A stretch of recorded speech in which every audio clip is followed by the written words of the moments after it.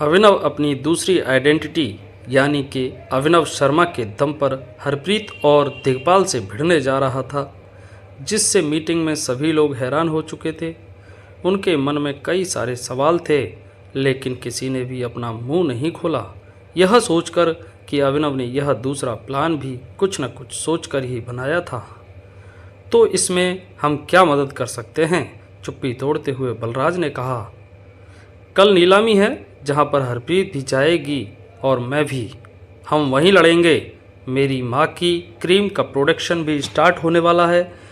जैसे ही कंपनी पूरी तरह से रेडी होगी, मुझे आप सभी की हेल्प लगेगी, खासकर अलायना की ब्रांड एम्बेसडर के तौर पर, अभिनव ने समझाया। बलराज ने धीरे से हाँ में सिर हिलाकर कहा, ठीक है, जो भी हम कर सकेंगे इस कंपनी के लिए वह करेंगे, बस हमें प्रोग्रेस की इन्फॉर्मेशन देते रहना।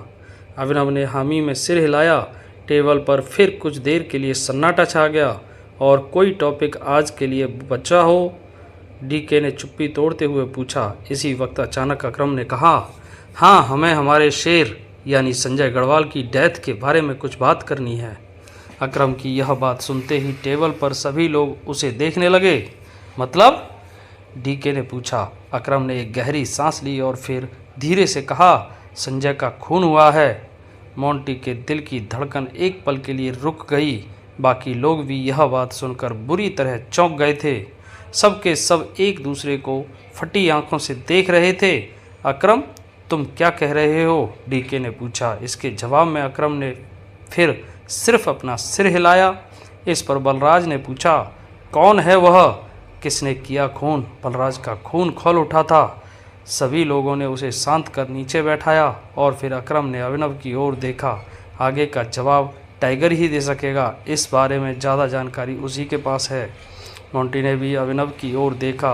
वह अंदर ही अंदर बुरी तरह से कांप रहा था। फिलहाल पूरे रूम में सिर्फ उन दोनों को ही पता था कि संजय गढ़वाल का खूनी कौन था। अगर सभी लोगों को उस खूनी के बारे में पता चल जाता तो क्या होता? मोंटी इसी बात से घबराया हुआ था। फिलहाल अभिनव को देखते हुए भी उसे यही लग रहा था कि वह उस खूनी का नाम बोलने वाला था। अभिनव ने भी कुछ बोलने से पहले एक पल मोंटी की ओर देखा और उसके चेहरे पर खौफ महसूस किया। एक गहरी सांस लेकर उसने फिर अकरम की ओर देखा। उस खूनी का नाम मैं अभी नहीं बता सकता। मोंटी ने आखिरकार एक राहत की सांस ली। डर के मारे उसके पसीने छूट गए थे और उसी को पहुंचते हुए वह यह सोचने लगा कि अभिनव ने उसके पिता का नाम क्यों नहीं बोला था। अभिनव को खुद भी इस तरह उस खूनी का नाम छुपाकर ठीक नहीं लग रहा था, पर वह कहीं न कहीं मजबूर था। उसे पता था कि अगर वह अभी सच बोल देता तो न सिर्फ मोंटी बहुत बड़ी मुसीबत में फंस सकता था, बल्कि उसके ग्रुप के लोग भी दो हिस्सों में बंट सकते थे। उसके अलावा भी अभिनव को सच बोलने से पहले थोड़ी और जानकारी और सबूत की ज़रूरत थी। वह यह पता लगाना चाहता था कि मोंटी ने इस कत्ल में राणा का साथ दिया था या नहीं, और अगर नहीं भी दिया था तो वह अपने पिता की इस हरकत के बारे में जानता था या नहीं। बोलो टाइगर, बात क्या है? तुम छुपा क्यों रहे हो? डीके ने पूछा और अभिनव ने फिर उसकी ओर देखा और बोला, कुछ कारण है और वह कारण भी मैं अभी नहीं बता सकता। समय आने पर वह भी बता दूंगा। तब तक के लिए मुझ पर भरोसा रखो। ठीक है टाइगर, तुम पर हमेशा से भरोसा था और आगे भी रहेगा। तुम आराम से खूनी का पता लगा लेना, फिर हम उसको देख लेंगे। बलराज ने सिर हिलाते हुए कहा। हो सकता है वह दिग्पाल ही हो, अचानक लोकेश ने कहा और अभिनव ने नाम करते हुए सिर हिला दिया और बोला, अभी के लिए इस टॉपिक को यहीं ख़त्म करते हैं। समय आने पर आप सभी को पता चल जाएगा। मुझे जो कहना था मैंने कह दिया है। आगे कुछ डिस्कस करना हो तो बताओ। अकरम ने अपना गला साफ किया और पूछा, तुमने हमें यह नहीं बताया कि तुम्हारे और अरबाज के बीच क्या हुआ था, और हमें इन्फॉर्मेशन करे बिना तुम सीधा एक्शन पर क्यों उतर आए थे? अरे हाँ, यह तो मैं भूल ही गया था। तुम्हें इस तरह अपनी आइडेंटिटी एक्सपोज नहीं करनी चाहिए थी टाइगर, डीके ने शिकायत करते हुए कहा। इस नए टॉपिक के बीच अलायना काफ़ी कंफ्यूज हो गई थी। क्या बात कर रहे हो आप लोग? कुछ हुआ है क्या? अभिनव ने मुस्कुराकर उसकी ओर देखा और कहा, कुछ खास नहीं, तुम्हारी आइडेंटिटी एक्सपोज हो गई और यह बात कुछ खास नहीं है। अरबाज नाम का एक आदमी था, उसको मेरी आइडेंटिटी पता चल चुकी थी, पर फिर हमने उसे मार दिया और अब उसके ही कुछ लोग मेरे लिए काम कर रहे हैं, अभिनव ने समझाया। सच में? अलायना यह सुनकर हैरान हो चुकी थी। इस पर बलराज ने कहा, सच में अलायना, मैंने आज तक इतनी हिम्मत किसी इंसान में नहीं देखी। बलराज ने अपनी वाइन की एक सिप ली और फिर आगे कहा, और हिम्मत के साथ साथ ही हमारे टाइगर में इंटेलिजेंस भी बहुत है। कभी कभी तो इसके प्लान सुनकर ऐसा लगता है कि यह इंसान है ही नहीं। तभी मैं सोचूं, तुम्हारे जैसा पहलवान भी टाइगर के सामने झुक क्यों जाता है। लोकेश ने हंसते हुए बलराज को छेड़ा। झुकना तो पड़ेगा ही, इसके पिता के सामने भी झुकना पड़ता था, फिर तो यह उसका बेटा होकर भी उसका बाप है। सभी लोग हंसने लगे थे। इसी के बीच लोकेश ने एक और सवाल पूछ लिया, अच्छा वैसे तुम सच में शादीशुदा हो क्या टाइगर? वह लड़की जो आई थी बाहर ऐसा कुछ बोल रही थी कि तुम कहीं पर घर जमाई बने बैठे हो, यह बात सच है क्या? और गहरी सांस लेकर अभिनव ने कहा, बहुत कुछ हो गया है लोकेश। पापा की मौत के बाद से ज़िंदगी नरक बन गई थी। मेरे 10 साल मानो 100 साल जैसे महसूस हो रहे थे। फ़िलहाल मैं इनमें से किसी बात का जवाब नहीं देना चाहता, पर किस्मत से हम दोबारा मिल ही गए टाइगर, अकरम ने मुस्कुरा कर कहा और अपनी वाइन का गिलास ऊपर उठाया। उसे देखते हुए बाकी लोगों ने भी अपने गिलास ऊपर उठा लिए। टाइगर की लंबी उम्र के नाम का एक जाम, बलराज ने कहा। बाकी लोगों ने भी रिपीट करते हुए कहा, टाइगर की लंबी उम्र के नाम एक जाम। सभी ने अपनी वाइन की एक एक सिप ली और फिर अलायना बोली, मैं इसी वीक इटली वापस जा रही हूँ। वैसे आप लोगों को पता है या नहीं, टाइगर का दुबई में भी फुटवियर कंपनी में भी शेयर है। डीके यह खबर सुनते ही हैरान हो गया और उसने अकरम की ओर देखा। अकरम, तुम जानते थे इस बारे में? हमें बताया क्यों नहीं? अकरम ने ना करते हुए अपना सिर हिलाया और बोला, मुझे भी नहीं पता था। हो सकता है संजय हमें इस बारे में बताने ही वाला था, लेकिन फिर अचानक उसकी मौत हो गई। इस पर बलराज ने कहा, मौत नहीं हुई है, खून हुआ है। अकरम, मुझे अभी भी समझ नहीं आ रहा कि हम उस खूनी को अभी तक जिंदा कैसे घूमने दे सकते हैं। बलराज अचानक फिर से गुस्सा हो गया और अभिनव को देखते हुए बोला, तुम उसका नाम भी नहीं बता रहे हो टाइगर, एक हिंट भी दे दोगे तो कल सुबह उसकी लाश लाकर रख दूंगा तुम्हारे सामने। आखिर बात क्या है? तुम्हें बदला लेना भी है या नहीं? बात अब सिर्फ तुम्हारे पिता की नहीं है, हमारे दोस्त की भी है। अभिनव एक पल के लिए बलराज को और अकरम को देखा, फिर एक गहरी सांस लेकर बोला, मैं समझ सकता हूँ बलराज, तुम्हें तो यह खबर आज मिली है। मैं पिछले कई सालों से इसे अपने सीने में लिए हुए उबल रहा हूँ। फिलहाल मैं सिर्फ उसका नाम जानता हूँ, इरादे नहीं। उसका उस वक्त क्या एजेंडा रहा होगा और वह आगे क्या करने वाला था, सब कुछ सोच समझकर ही हमें कोई कदम उठाना है। टेबल पर 1 मिनट के लिए सन्नाटा छा गया था। सभी लोग शौक होकर एक दूसरे का चेहरा देख रहे थे।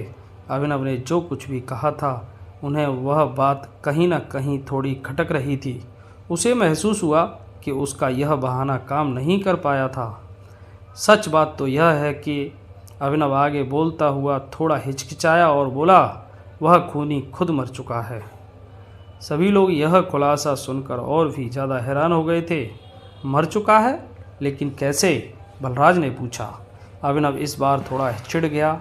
मुझे नहीं पता, मैं भी वही इन्फॉर्मेशन निकालने में लगा हुआ हूँ बलराज, जब मिलेगी तब बता दूंगा सबको। टाइगर को गुस्सा होते देख सभी लोगों ने अपनी नज़रें नीचे कीं और उसकी बात स्वीकार कर ली और कहा, ठीक है टाइगर, और सॉरी, मैं भी सॉरी। खैर, और कुछ सीरियस बात करनी है या हम हंसी मजाक की ओर आगे बढ़ें? अपना मूड ठीक कर मुस्कुराते हुए अभिनव ने पूछा। सभी लोगों ने उसकी बात पर हामी में सिर हिलाया और फिर मस्ती मजाक और खाने पीने का सिलसिला शुरू हो गया था। हालांकि घबराया हुआ मोंटी अभी भी उनके साथ घुल मिल नहीं पा रहा था। वह सिर्फ अभिनव को देखे जा रहा था और उससे इशारे दे रहा था कि उन्हें अकेले में बात करने की ज़रूरत थी। पर वह जानबूझकर कुछ ना समझ पाने का नाटक कर रहा था। मीटिंग खत्म होने को आई और सभी लोग रूम से बाहर निकलने लगे।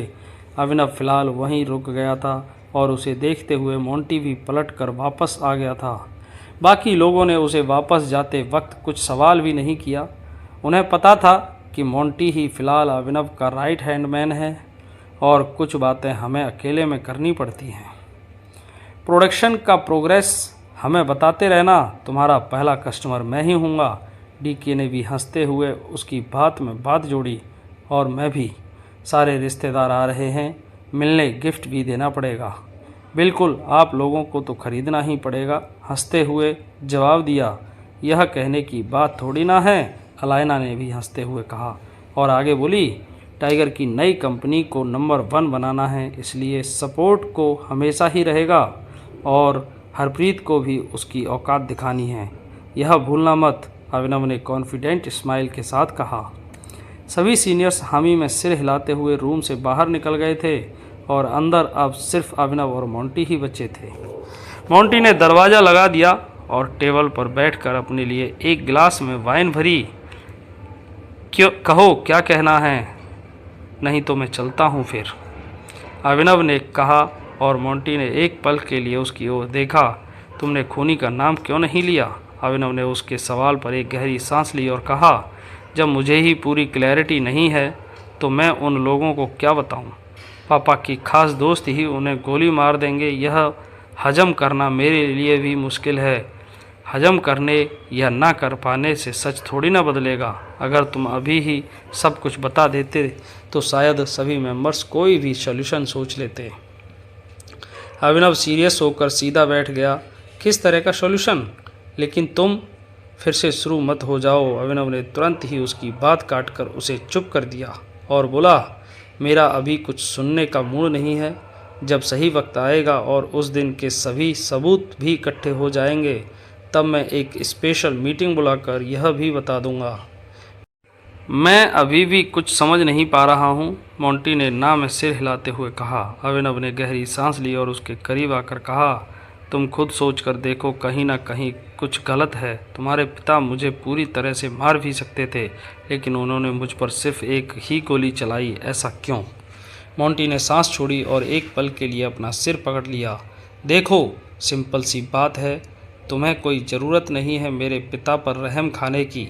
यह बात मैंने सिर्फ इसलिए नहीं कही थी ताकि कल को सभी सीनियर्स यह ना सोचने लगें कि मैं भी उनके साथ इस काम में शामिल था।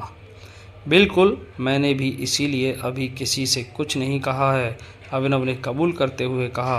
मोंटी ने एक पल के लिए उसे देखा और फिर कहा, मेरे पिता ने तुम्हारा सब कुछ बर्बाद किया है टाइगर। उन्होंने तुम पर गोली भी चलाई बट तुम बच गए। अगर वह तुम्हें बचाना नहीं चाहते तो गोली चलाते ही नहीं, समझ रहे हो? गोली सिर्फ मारने के लिए चलाई जाती है। मोंटी की बात सुनकर अभिनव फिर से नज़रें नीचे कर सोच में डूब गया था। वह समझ नहीं पा रहा था कि राणा के उस वक्त क्या इरादे थे और क्यों।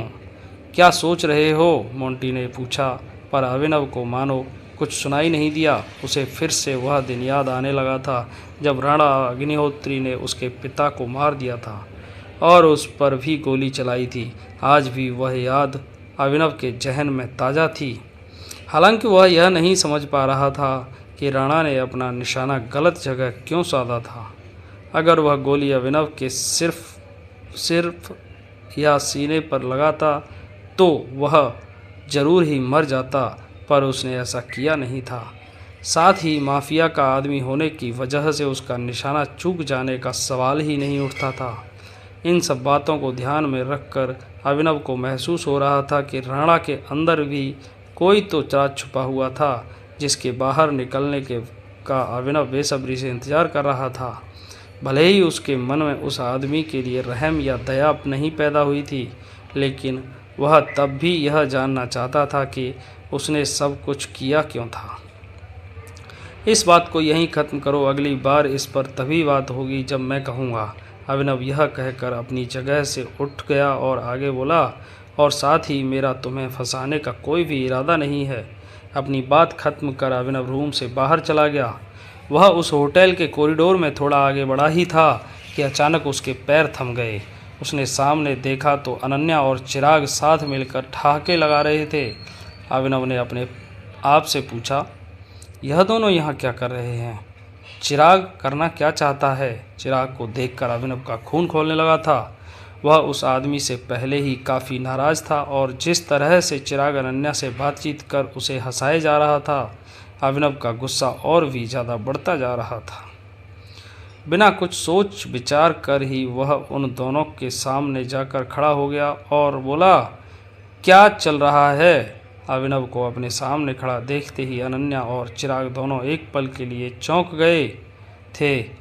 तुम यहाँ क्या कर रहे हो अभिनव? अनन्या ने पूछा।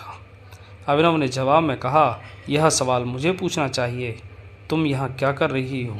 अभिनव फिर चिराग की ओर पलटा और उसने उसके सामने उंगली उठाते हुए कहा, तुम लेकर आए हो क्या यहाँ इसे? चिराग ने एक फीकी सी मुस्कान दी और कहा, अच्छा, अनन्या कोई 12 साल की बच्ची नहीं है जो किसी के बुलाने या ना बुलाने पर डिपेंड रहे।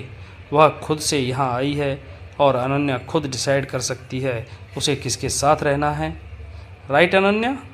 यह सुनकर अभिनव की नज़र चिराग को गुस्से से देखने लगी और उसने कहा, तुम्हें पता है ना यह शादीशुदा है, फिर क्यों किसी लफंगे की तरह इसके आसपास भटक रहे हो? अभिनव की इस बात से अनन्या को काफ़ी शर्मिंदगी महसूस हुई और उसने कहा, अभिनव रुक जाओ, हम पहले भी बात कर चुके हैं ना कि एक दूसरे की पर्सनल लाइफ में नहीं घुसेंगे। फिर तुम क्यों मेरा पीछा करते हुए यहाँ तक आ गए हो?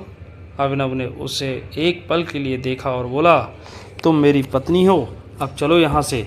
नहीं, मैं तुम्हारे साथ नहीं जा रही हूँ, जिसके साथ आई हूँ उसी के साथ वापस भी जाऊँगी। अपना बचपन ना बंद कर दो, अनन्या ने चिढ़ते हुए कहा। अभिनव ने एक गहरी सांस ली और ऊंची आवाज़ में जवाब दिया, तुम किसी के भी साथ आई हो मुझे फ़र्क नहीं पड़ता, तुम जाओगे मेरे साथ ही। अभिनव अनन्या का हाथ पकड़कर उसे ले जाने लगा, लेकिन तभी चिराग ने बीच में आकर उनका रास्ता रोक दिया और बोला, उसने कहा ना वह नहीं जाएगी तुम्हारे साथ, ठीक से सुनाई नहीं दिया क्या? चिराग के भी हाव भाव अब गर्म होने लगे थे। अभिनव ने एक पल के लिए उसे घूरा और धमकाते हुए बोला, लास्ट टाइम प्यार से बोल रहा हूँ, चला जा यहाँ से, नहीं तो अपना मुंह बंद रख। अनन्या ने उन दोनों की ओर देखा और गहरी सांस लेते हुए बोली, अभिनव, चिराग ने मेरी मदद की है इसलिए मैं उससे मिलने आई हूँ। वह यह कहना तो नहीं चाहती थी पर उसकी जुबान फिसल गई थी। उसने आगे कहा, मुझे छोड़ो, अब मैं चिराग के साथ ही घर वापस जाऊँगी। सुन लिया ना, उसे तुझ में कोई इंटरेस्ट नहीं है और कितनी बार और कितने तरीक़ों से समझाना पड़ेगा? चिराग ने गुस्से से कहा।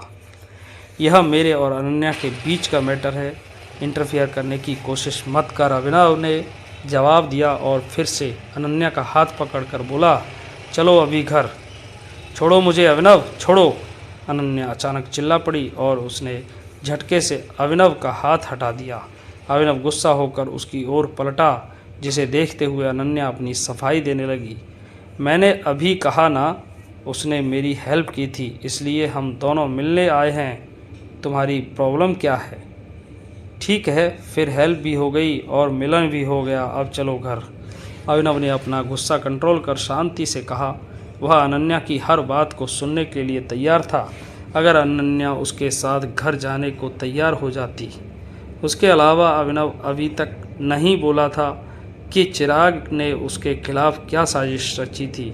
वह चिराग का चेहरा देखकर भी इतने गुस्से में था कि वहीं पर उसका गला घोंट सकता था। Are you serious? चिराग ने अभिनव की नादानी पर हंसते हुए कहा और आगे बोला, तुम खुद क्या हो जो इसे ऑर्डर दे रहे हो घर चलने का? वह घर भी उसका है, तुम्हारे जैसे कंगाल का नहीं, और वह मेरे साथ इसलिए है क्योंकि मैंने उसका फेवर किया है। अगर इतना ही ईगो है तो तुम हेल्प कर देते अपनी, उसकी कौन मना कर रहा था? राइट अनन्या? और नहीं तो क्या? अनन्या ने चिढ़ते हुए कहा और अभिनव को देखकर बोली, अभिनव, तुम्हें आजकल होने क्या लगा है? कुछ भी करने से पहले सोचते भी हो? चिराग ने बिना कुछ पूछे और कहे समझ लिया था कि मैं एक फाइनेंशियल प्रॉब्लम में हूँ और इसलिए मुझे एक ही बार में करोड़ों रुपए भी दे दिए, और एक तुम हो कि किसी रोड पर पड़े मवाली के जैसे ज़बरदस्ती जिद कर रहे हो। अपने शब्दों से अनन्या ने अभिनव को नाराज करते हुए दूर करने की कोशिश की थी, लेकिन अभिनव टस से मस नहीं हुआ और उसने कहा, मैंने कहा घर चलो, वहाँ जाकर और इंसल्ट कर लेना, मुझे फ़र्क नहीं पड़ेगा, लेकिन इस नालायक लीचड़ के साथ मैं तुम्हें नहीं दे रहने दूंगा। अभिनव ने फिर से अनन्या का हाथ पकड़ लिया और इसी वक्त अनन्या ने उसके गाल पर थप्पड़ मार दिया। दूर हटो, वह अभिनव के ऊपर चिल्ला उठी, मुझे आइंदा हाथ लगाने की हिम्मत भी मत करना। जेब में 1 रुपया तो है नहीं, तुम्हारे साथ रहकर क्या करूं मैं, हाँ इडियट। यह देख चिराग अपनी हंसी रोक नहीं पाया। अब तो समझ आ गया होगा ना तुझे, अभिनव इससे डायरेक्ट तरीका और कोई नहीं था, हमेशा से बेवकूफ़ों जैसी बातें करता रहता है। आई होप इस बार थप्पड़ के बाद कुछ बुद्धि आएगी तेरे दिमाग में, चिराग ने मुस्कुराते हुए कहा। अभिनव ने अपनी मुट्ठी खींच ली और भारी आवाज़ में उसे धमकाया, अपना मुंह बंद रख, नहीं तो क्या। चिराग अपनी छाती चौड़ी कर उसके पास आ गया। अभिनव जानता था कि फ़िलहाल ऐसी हालत में या तो वह कुछ बोलकर अपने आप को एक्सपोज कर डालता है या फिर हाथ चलाकर चिराग को मार डालता। इसलिए उसने जैसे तैसे अपने आप को काबू किया और कुछ भी जवाब नहीं दिया। उसे चुप रहते देख चिराग के चेहरे पर फिर से एक घमंड भरी मुस्कान आ गई और उसने कहा, मेरे पास इतना टाइम नहीं है कि तेरा रोना सुनने बैठूं। वह अनन्या की ओर पलट गया और बोला, चलो अनन्या, हम यहाँ से निकलते हैं, एक नया रेस्टोरेंट खुला है, वहाँ डिनर करके आते हैं। अभिनव ने इस बार रहा नहीं गया, उसकी आंखें गुस्से से लाल हो गईं और उसने तुरंत ही चिराग के मुंह पर एक मुक्का मार दिया। उसकी रफ्तार इतनी तेज़ थी कि सिर्फ 1 सेकंड के समय में ही वह चिराग के मुंह पर 2 मुक्के जड़ चुका था। अभिनव उसे दहाड़ते हुए बोला, हरामखोर, तेरे जैसा झूठा और गिरा हुआ आदमी अब मुझे बताएगा कि क्या करना है और क्या नहीं। अपनी ना औकात में रहे, मैं अपनी पर उतर आया ना तो तेरे पूरे खानदान का नाम और निशान मिटा दूंगा। अभिनव रुक जाओ, तुम क्या कर रहे हो, हटो। अनन्या बुरी तरह चौंक गई थी। इससे पहले कि अभिनव चिराग को एक और घूंसा मारकर उसका जबड़ा तोड़ पाता, अनन्या उसे पीछे खींच उसके गाल पर एक और तमाचा मार दिया। तुम्हें हुआ क्या है, तुम हो कौन, क्या औकात है तुम्हारी, उसने अभिनव की ओर गुस्से से चीखते हुए कहा। अनन्या तुरंत ही पलटकर चिराग को संभालने चली गई और अभिनव उसे गुस्से से घूरता रह गया। चिराग का भले ही जबड़ा नहीं टूटा था, लेकिन उसके नाक और मुंह से खून रुक नहीं रहा था। अभिनव ने नज़रें उठाकर चिराग और अनन्या के पीछे देखा तो उसे एहसास हुआ कि मोंटी भी वहीं पर दूर खड़ा सब कुछ देख रहा था। मोंटी गुस्से में अपनी बंदूक निकालते हुए चिराग के पास आ ही रहा था, लेकिन अभिनव ने उसे हाथ के इशारे से वहीं रोक दिया। उसने अपना सिर हिलाकर मोंटी को कुछ नहीं करने का इशारा किया और फिर वह भी पलटकर वहां से जाने लगा। हालांकि तभी अभिनव के पीछे से अनन्या चिल्ला पड़ी और वह फिर से रुक गया। उसने पलटकर देखा तो चिराग बेहोश हो चुका था। उसकी यह हालत देख अभिनव शॉक हो गया था। उसे एक पल के लिए लगा शायद उसे उसकी नज़रें धोखा दे रही थीं। आखिर चिराग की फिलहाल नीयत क्या थी। अभिनव ने उसे इतनी जोर से भी नहीं मारा था कि वह वहीं पर बेहोश हो जाए। अनन्या गुस्सा होते हुए उसके पास चलकर आ गई। देखो तुम क्या कर बैठे हो, वह और बहुत कुछ कहने वाली थी, लेकिन इसी वक्त होटल का मेडिकल स्टाफ चिराग की ओर दौड़कर आ पहुंचा। अभिनव अभी भी हैरान था। वह जानता था कि चिराग बेहोश होने का सिर्फ नाटक कर रहा था। सिर्फ 1-2 मुक्के खाकर तो बच्चे भी बेहोश नहीं हो सकते थे, फिर तो यह एक हट्टा कट्टा नौजवान था। उसके अलावा भी चिराग ने अपनी ताकत से 2 आदमी को भी एक बार अकेले ही हैंडल कर लिया था, और अब अचानक सिर्फ 2 घूंसा खाकर बेहोश हो जाना अभिनव के लिए यह बात हजम करना मुश्किल थी। दूसरी ओर मोंटी उनके और करीब आने लगा, लेकिन अभिनव के इशारे से वह अपने आप को रोक कर खड़ा था। अनन्या और चिराग को इग्नोर करते हुए वह धीरे से अभिनव के पास आया और उसने बिना नज़रें मिलाए पूछा, सब ठीक है। अभिनव ने धीरे से सिर हिलाया और बोला, बस आने वाले महायुद्ध का एक ट्रेलर था। मोंटी सर हिलाकर वहाँ से आगे बढ़ गया और अभिनव भी होटल से बाहर निकलने लगा था। अपनी गाड़ी में बैठकर वह सीधा घर की ओर निकल गया और किसी से बिना कुछ कहे अपने बेडरूम में जाकर लेट गया था। कुछ घंटे के इंतजार के बाद ही बेडरूम का दरवाज़ा फिर से खुला और अनन्या अंदर चलकर आ गई। अभिनव को लगा था कि शायद वह आज रात पर घर वापस नहीं आने वाली थी। अनन्या उसे इग्नोर करते हुए बाथरूम में जा ही रही थी और तभी अभिनव बेड पर सीधा बैठ गया और बोला। अनन्या वह अपनी जगह पर रुक गई और पलट कर अभिनव को देखते हुए बोली, क्या हुआ, तुम ठीक हो? अभिनव ने चिंता जताते हुए पूछा। मैं कब से तुम्हारा इंतजार कर रहा था।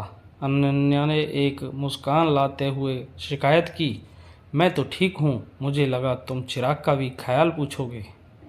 अभिनव मुस्कुरा दिया और बोला, उसमें पूछने वाली कोई बात ही नहीं है। मैं जानता हूँ उसे रत्ती भर भी चोट नहीं लगी और दूसरी बात, मुझे परवाह तुम्हारी है उसकी नहीं। अनन्या उसकी यह बात सुनकर गुस्सा हो गई। अगर आज ऐसी सिचुएशन नहीं होती तो वह ज़रूर ही अभिनव के मुंह से ऐसी बातें सुन खुश हो सकती थी। तुम इंसान तो नहीं हो अभिनव, तुम्हें अपने किए पर थोड़ा भी अफसोस नहीं है ना? इनफैक्ट तुम्हें तो इस बात पर गर्व हो रहा है। तुम सोच रहे हो कि तुम्हें इस बहादुरी के लिए मुझे अवार्ड मिलना चाहिए।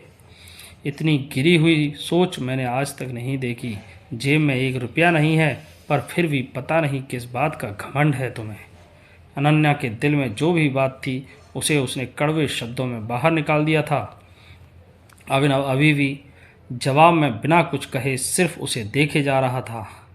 मेरे पास 1 रुपया भी नहीं है पर मैं घमंडी हूँ, यह बात सच नहीं है। अभिनव ने प्यार की आवाज़ में अपनी सफाई देते हुए कहा और आगे बोला, पर उससे इम्पोर्टेंट यह सवाल है कि तुम्हें कैसे महसूस हो गया कि मैं घमंडी हूँ? तुम हो घमंडी, अनन्या ने ऊंची आवाज़ में कहा। उसे अभिनव की इस हरकत पर बहुत गुस्सा आ रहा था। उसने आगे कहा, जिस तरह से तुमने वहाँ पर बात की और फिर चिराग के ऊपर ज़बरदस्ती हाथ उठाया, उससे साफ पता चलता है कि तुम्हें खुद पर कितना घमंड है, जिसे कोई भी समझदार इंसान बेवकूफ़ी ही कहेगा। आई होप तुम समझ गए हो। भले ही उस बात को हुए काफ़ी देर हो गई थी, फिर भी अनन्या को यह बात अभी तक चुभ रही थी। उसके हिसाब से चिराग किसी भी अरे गहरे इंसान से मार खाना डिजर्व नहीं करता था, खासकर उस लड़की की वजह से जिसकी उसने मदद की थी। साथ ही अनन्या को यह बात भी खटक रही थी कि भले ही अभिनव ने चिराग को मारकर अपना ईगो सेटिस्फाई कर लिया था, लेकिन मदद करने के मामले में, खासकर पैसों से, वह चिराग के आसपास भी नहीं था। इस हादसे के बाद से अनन्या चिराग का प्रपोजल मानने का मन बनाने लगी थी। उसे अब अभिनव के साथ एक दिन भी और गुजारना गवारा नहीं था। उसके पास ना तो पैसे थे ना ही तमीज़ थी, तो सिर्फ अहंकार दूसरों से बेहतर होने का, बजाय इस बात के कि वह निकम्मा था। अभिनव ने अनन्या की बात सुनकर एक गहरी सांस ली और कहा, मैं भी जानता हूँ और तुम भी जानती हो, वह आदमी जख्मी होने का सिर्फ नाटक कर रहा है। वह एक चीटर है। नाटक कर रहा है? तुम पागल हो। अनन्या को अपने कानों पर विश्वास नहीं हुआ। उसे अभी भी समझ नहीं आया कि कोई इंसान सिर्फ अपने आप को डिफेंड करने के लिए किस हद तक गिर सकता था। अभिनव ने भी उसके जवाब में हाँ में सर हिलाया और कहा, सिर्फ 2 मुक्कों में कोई भी आदमी, वह भी इस उम्र का, गिरकर बेहोश नहीं हो ही नहीं सकता। चिराग हमें बेवकूफ़ बनाने की कोशिश कर रहा है और किसी कारण से तुम बन भी रही हो। 1 नंबर का फर्जी आदमी है। उसकी एक एक हरकत में कहीं न कहीं कोई झूठ छुपा होता है। क्या तुम्हें पता भी है तुम बोल क्या रहे हो? अनन्या ने अपनी भौहें सिकुड़ते हुए कहा और अभिनव की आंखों में देखते हुए बोली, वह बेचारा हॉस्पिटल में एडमिट है और तुम कह रहे हो कि उसे कुछ नहीं हुआ? जानवरों जैसे पंच करने से पहले तुमने एक बार भी नहीं सोचा था? कहाँ से सीख कर आए हो यह सारी हरकतें? सही कहती है माँ, तुम गुंडे हो, गुंडे। अनन्या गुस्से में चिल्लाए जा रही थी और अभिनव उसे देखे जा रहा था। उसके पास वाकई अब कुछ कहने के लिए नहीं बचा था। वह जानता था कि चिराग नाटक कर रहा है और अब उसकी कोई भी सफाई अनन्या को उसके नाटक का एहसास नहीं करवा सकती थी। अब चिराग जो कुछ भी कहने वाला था, अनन्या सिर्फ उसे ही पत्थर की लकीर मानकर आगे बढ़ाने वाली थी। फिर भी अभिनव ने कोशिश करते हुए कहा, अनन्या, मैं एक बार और समझा रहा हूँ। शट अप अभिनव। अनन्या ने उसकी बात को बीच में काट दिया और आगे बोली, मैं तुम्हें जरा भी पसंद नहीं करती, इनफैक्ट नफ़रत करती हूँ तुमसे। मेरी लाइफ में आकर तुम पहले ही काफ़ी कुछ बिगाड़ चुके हो, उसके बाद भी और इंटरफेयर करने की जिद पर अड़े हो। उस टाइम मैंने तुम्हें समझाने की कोशिश भी की थी, पर उसके बावजूद तुम बिना कुछ सोचे समझे लड़ने पर उतर आए। कभी कभी तो समझ नहीं आता कि तुम्हारी परवरिश किन हालातों में हुई होगी। अनन्या की यह आखिरी बात अभिनव को बहुत ज़्यादा चुभी थी। वह भले ही सबसे रईस परिवारों में से एक में पैदा हुआ था, लेकिन तब भी ना तो उसका बचपन नॉर्मल रहा था और ना ही जवानी। जिसने छोटी सी उम्र में से ही बंदूकें, गोलियां और खून खराबे को देखा था, उसके लिए किसी को भी पीट कर ठिकाने लगा देना कोई बड़ी बात नहीं थी। हालांकि अभिनव फिलहाल अपनी सफाई में यह नहीं कह सकता था। उसने एक गहरी सांस ली और कहा, कम से कम मेरी बात तो सुनो, मैंने जो किया वह कुछ। अनन्या ने फिर से उसे आगे बोलने ही नहीं दिया और कहा, मुझे कुछ नहीं सुनना तुमसे। अनन्या की आंखें गुस्से और नफरत से लाल हो चुकी थीं। अगर लोग सिर्फ निगाहों से कत्ल कर पाए तो अभिनव उसकी नज़रों के सामने 10 बार मर चुका होता। तुम्हारा हो गया है, अब बस अगर कुछ सेंसिबल बात करनी हो तो मैं एक बार को सुन भी लेती, लेकिन तुम तो सीरियस भी नहीं दिख रहे हो अभिनव। अब बस हुआ, दुआ करो कि चिराग तुम्हारे खिलाफ लीगल एक्शन ना ले बैठे। अनन्या अपनी बात खत्म कर अभिनव का जवाब सुने बिना ही बाथरूम में चली गई। अभिनव उसे जाते हुए एक पल के लिए देखता रहा और फिर उसने सोचा कि कहीं चिराग सच में उसके खिलाफ केस तो नहीं करने वाला था। अगर वह केस कर भी देता तो भी अभिनव को उससे क्या ही फर्क पड़ जाता। अगली सुबह घर वालों में से किसी का सामना नहीं करना पड़े, इसलिए अभिनव जल्दी उठकर बिना ब्रेकफास्ट किए ही ऑफिस के लिए निकल चुका था। डाइनिंग टेबल पर आज पहली बार 2 लोग एक साथ गायब थे। अनन्या की माँ यानी शर्मिला आज भी वापस घर नहीं लौटी थी और अभिनव बिना कुछ बात किए ही चुपचाप घर से सीधा काम पर चला गया था। इसी वजह से फ़िलहाल टेबल पर सन्नाटा पसरा हुआ था। हरदेव ने आज ना ही शर्मिला के बारे में कुछ बात की थी और ना ही अभिनव के बारे में कुछ पूछा था। उन्हें पता था कि अभिनव अक्सर काम पर जल्दी जाने के लिए ब्रेकफास्ट स्किप कर दिया करता था और शर्मिला के पास अभी की भी उसकी सफाई में कहने के लिए कोई ठोस कारण नहीं था। दूसरी ओर सनी मन ही मन मुस्कुराए जा रहा था। उसे भरोसा था कि अभिनव के खिलाफ बनाया हुआ उसका प्लान फेल नहीं हो सकता था। अपना नाश्ता खत्म कर वह तुरंत ही इस प्लान के काम पर लग जाने वाला था। उसके सामने बैठी अनन्या रूखे हाव भाव के साथ सिर्फ अपने नाश्ते पर ध्यान दे रही थी। उसने आज अभिनव से एक शब्द भी नहीं बोला था।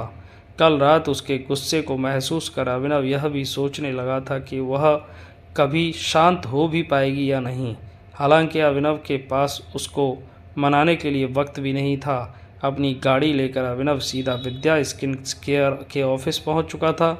आज सुबह वहां पर प्रोडक्शन शुरू होने वाला था और अभिनव ने भारती को इस वक्त अपने साथ रहने का वादा भी किया था। Good morning sir. अभिनव को आते देख इंदु एक मुस्कान के साथ उससे मिलने चली गई। गुड मॉर्निंग, कैसा चल रहा है सब? सब ठीक है, भारती मैडम ऑलरेडी टीम के साथ प्रोडक्शन में ही लगी हुई हैं। बाकी सारे कंटेनर्स और इक्विपमेंट भी इंस्टॉल हो चुके हैं।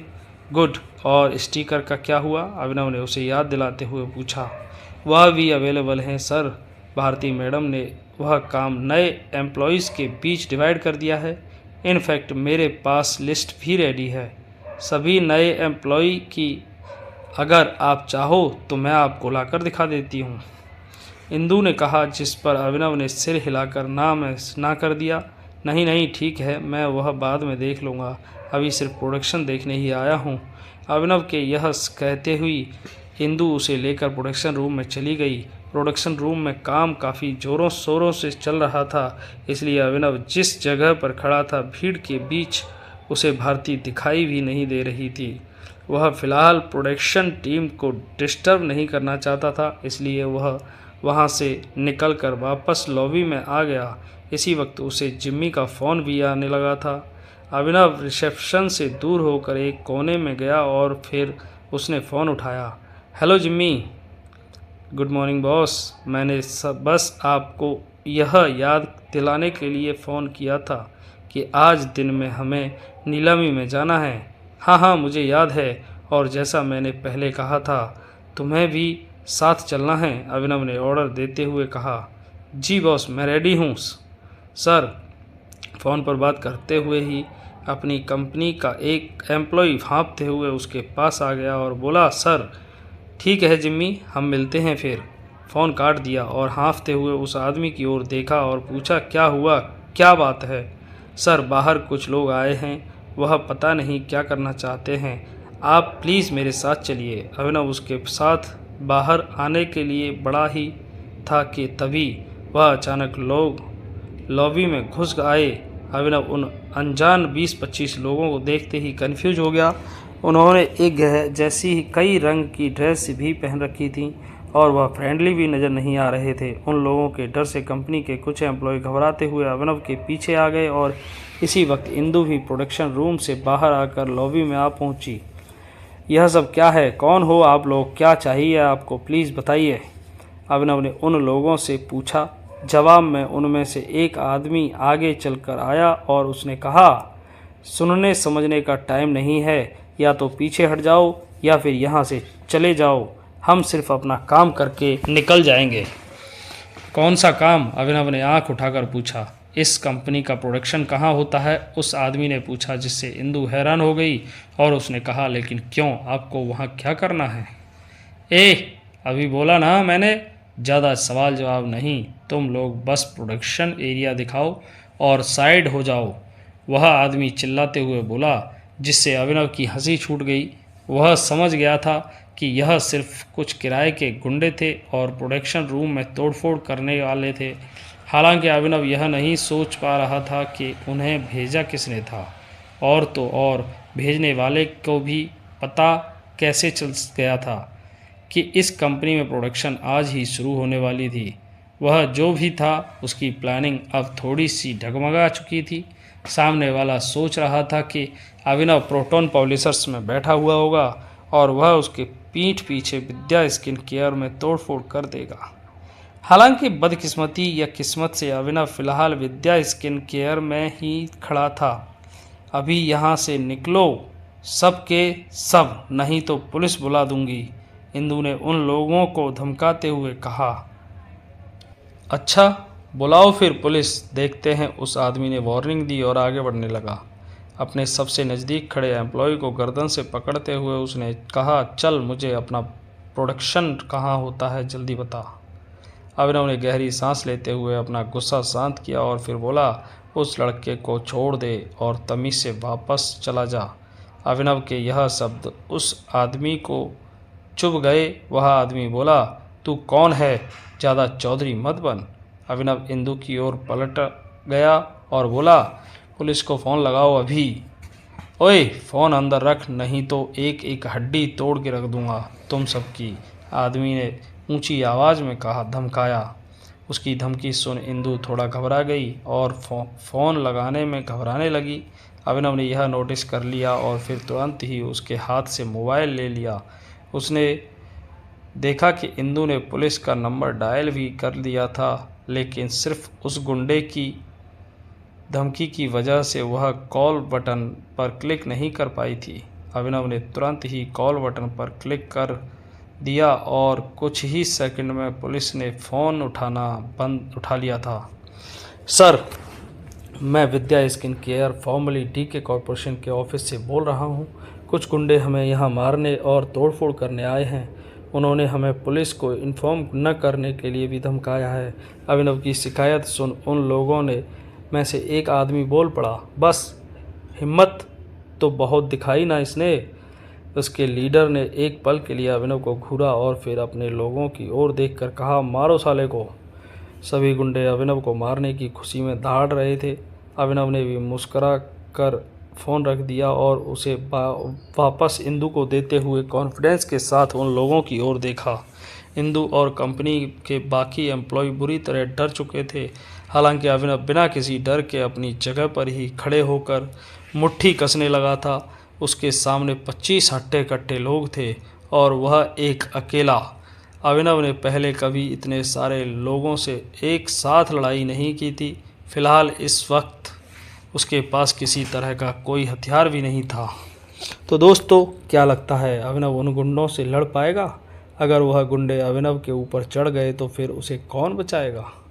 दोस्तों, आगे की कहानी पढ़ने और सुनने के लिए जुड़े रहिए हमारे साथ। मिलते हैं अगले वीडियो में अगले एपिसोड के साथ। तब तक के लिए धन्यवाद। Please like.